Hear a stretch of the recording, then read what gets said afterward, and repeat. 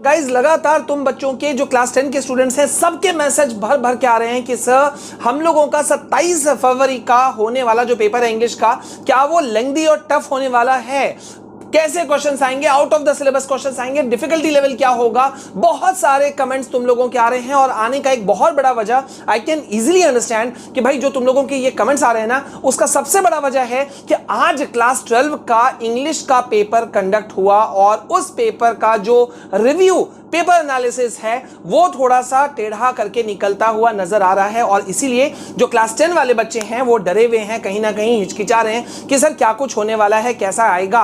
तो बच्चों देखो, ये बहुत इंपॉर्टेंट वीडियो है। मैं तुमको बहुत टू द पॉइंट फैक्ट की बात बताऊंगा, ग्राउंड लेवल की बात बताऊंगा और तुमको कहीं ना कहीं बहुत सारी चीजें इसमें जानने को समझने को मिल जाएंगी। ठीक है, तो सबसे पहले भाई देखो, आज का पेपर जो था, हम लोग हर पेपर को एनालिसिस कर रहे हैं पूरे यूट्यूब पे, शायद ही कोई हर पेपर का एनालिसिस कंटिन्यूसली कर रहा है, लेकिन देखो हम तो कर रहे हैं और जो हम कर रहे हैं उसके हिसाब से देखो यहाँ पे क्या चीज है।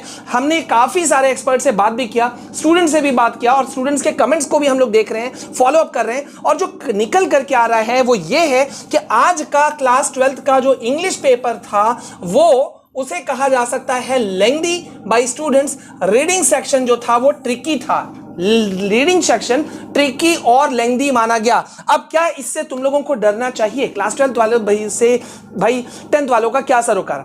एक जनरल क्वेश्चन पूछा या बोला जा सकता है, आई कैन इजीली अंडरस्टैंड, लेकिन क्या हम इससे सबक ले सकते हैं? अब गौर करो, किस सेक्शन को हार्ड बोला जा रहा है या ट्रिकी बोला जा रहा है?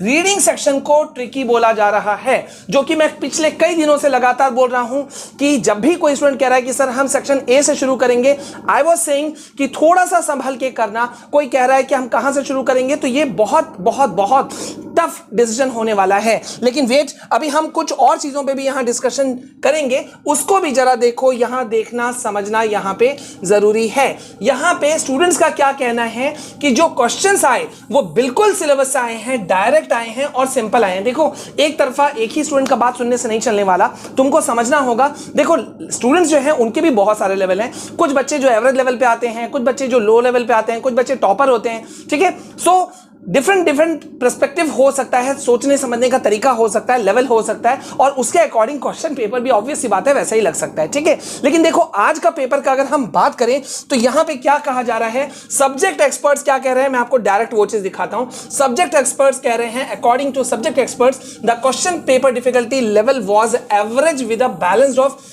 Easy and hard questions both. देखो यहां पे यही बात मैंने कहा था कि भाई क्वेश्चन पेपर ऐसा सेट नहीं होता है, क्वेश्चन पेपर जो सेट होता है वो बहुत ही बैलेंस वे में सेट किया जाता है, इजी हार्ड सब मिला करके दिया जाता है। अब नेचुरल सी बात है कि अगर हम रीडिंग सेक्शन की बात करें, कॉम्प्रिहेंशन अनसीन पैसेज की बात करें, तो वहां टाइम लगता है।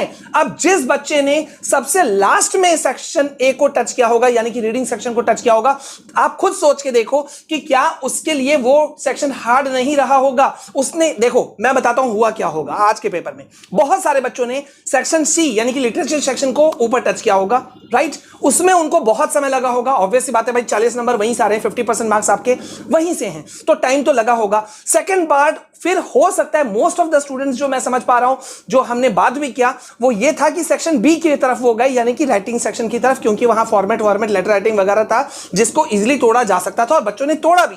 लेकिन जब वो लास्ट में सेक्शन ए की तरफ आते हैं, रीडिंग सेक्शन की तरफ, तो ऑब्वियस सी बात है अनसीन पैसेज बड़ा है, कोई उसमें प्रिस्क्राइब्ड आप नहीं कह सकते कि रिपीटेड क्वेश्चन से आएंगे, यानी कि रिपीटेड पैसेज ही आएगा, न्यू पैसेज आया होगा, सोचने समझने के लिए टाइम लगा होगा और इसी में बहुत सारे बच्चों का क्वेश्चन छूटा भी होगा। सो अगर आप क्लास 12 के हो तो मुझे बताना, या अगर आपका कोई जान परिचय का कोई स्टूडेंट है, भाई बहन है, तो बताना कि 12th में क्या सेक्शन ए में उन्होंने कुछ क्वेश्चन छोड़े हैं या उसमें टाइम ज्यादा लगा, ये कमेंट सेक्शन में जरूर बताना। लेकिन तब तक के लिए यहां देखो कि यहां पे क्या कहा जा रहा है कि most students found the literature section simple to answer. ये देखो मैंने कहा था ना, सेक्शन सी जो है इसको तोड़ा जा सकता है, सेक्शन बी को इजीली तोड़ा जा सकता है। तो यहां भी देखो लिटरेचर सेक्शन को इजी पाया गया, यानी कि 10th वालों का भी जो है वो सेक्शन सी और बी पॉजिटिव पॉइंट में काउंट होगा। आई रिपीट, पॉजिटिव पॉइंट में तुम लोगों का क्या काउंट होगा, सेक्शन बी और सी।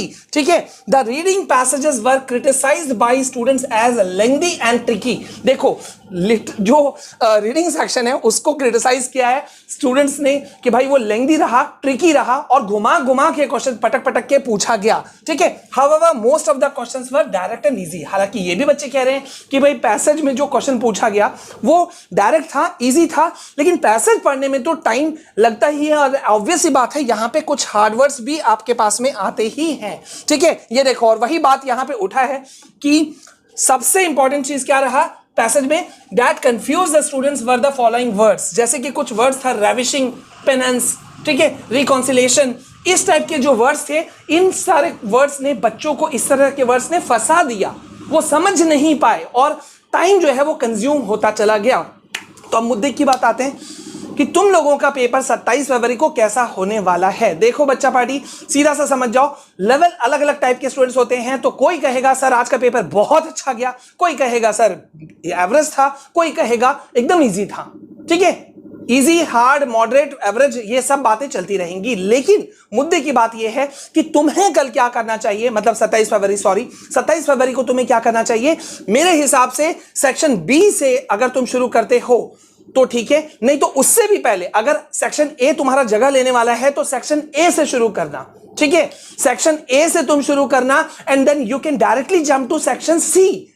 रीडिंग सेक्शन से शुरू करो, देन सीधा सी में आ जाओ, लिटरेचर सेक्शन पे जाओ और लास्ट में जाना किस पे, सेक्शन बी में। क्योंकि सेक्शन बी है लेटर राइटिंग हो गया, एनालिटिकल पैराग्राफ हो गया, छोटे मोटे हेल्पिंग वर्ब्स वगैरह, एरर करेक्शन हो गया।